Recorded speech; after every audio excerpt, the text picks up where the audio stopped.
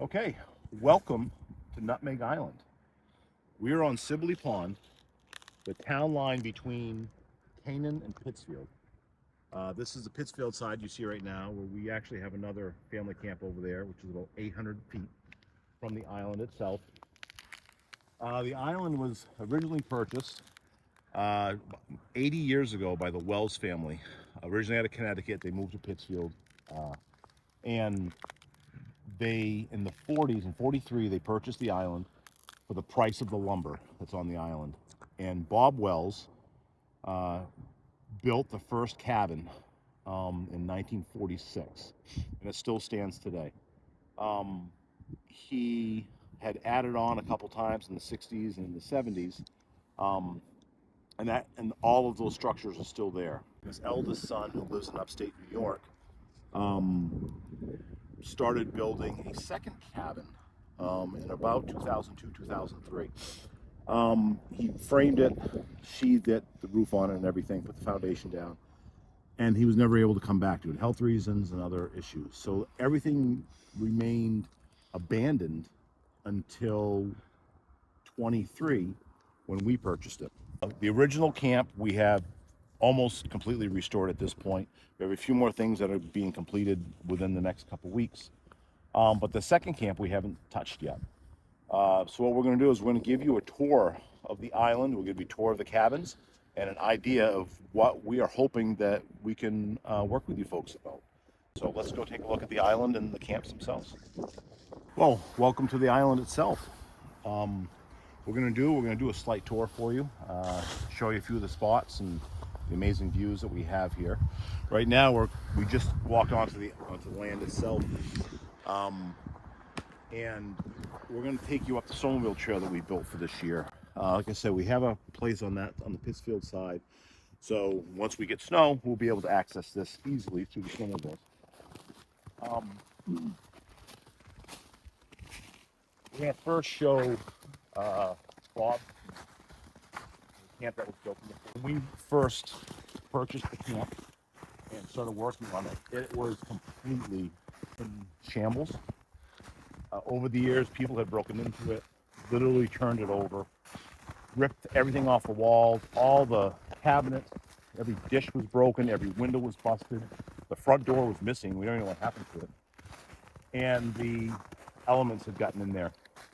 There were holes in the roof, and the sills were rotted. We spent the better part of the summer of 23 not only battling the water levels going up and down and the rains all the time, but fixing this place up. We spent every day out here to turn it into what we have now, and working with a lot of local companies. We tried to keep it as local as we possibly could. All our material was sourced locally. The pine that we use, not only to construct any framing, but also the log siding, the roofing, we didn't go more than 20 miles from Canaan to get to this. So the cabin as we have it now is in really good shape. We've only used it a couple times this winter because of the ice situation. Now that there's enough ice, we've been out here for the past couple weekends. But this part was probably the most work, the most daunting task we've taken on like this, and it was a lot of fun. There were a few swears here and there and a few questions of why we even did this, but the result has really been worth it. This is a seasonally barred island, which means when the water's high, it's an island. Otherwise, it's a marsh to the south, but it's only accessible by boat. That right there is our sitting tree, if I can point that out. We always sit there and watch the sunset. This is one of the things we want to talk about. This is an old outhouse and woodshed. What we want to do this is have it rebuilt that still has usability as an outhouse. We're going to go down to the other camp, which is called Wayne's Camp. That was the son of Bob, who started building this cabin 20 years ago. So we just took the short ride or short walk over from Bob's camp to Wayne's camp. It's a couple hundred feet maybe. Timbers were dropped here. He had a portable mill as well as a lot of hand tools. The cabin itself is about 16 by 20. A lot of it was made from pieces that he had, doors, windows, and that sort of stuff. But the construction itself is quite nice, actually. It's all a post and beam construction, like I mentioned, made from the timbers that were right here. Did a great job putting in the foundation. It's all framed in. It's a 2x4 frame construction, which is fine. But it's all one room. So there's no floor yet. And maybe you've all noticed there's a giant rock in the corner over there. He built this cabin around that rock to be part of the cabin.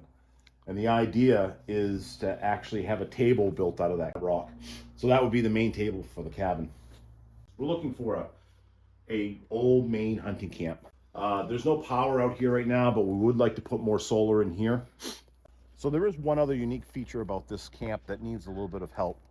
If you notice, the door is actually down below grade to get in there. One of the things that we need to do here is build out some sort of a rain diversion. When the water comes off the roof, it diverts off to these areas that has stone built up, but it just needs to be utilized to keep the water away from down below there. Another piece about this front entry that we wanted to do was, it's an old slider. We actually wanted to replace the slider, have it taken out, put in a single door, maybe some windows above it, and then a window beside it. So frame it in so it's just a regular door and window, rather than having the slider itself. And by the way, we don't even have keys for this. We have to put plywood over it with sheetrock screws to hold it to be secure.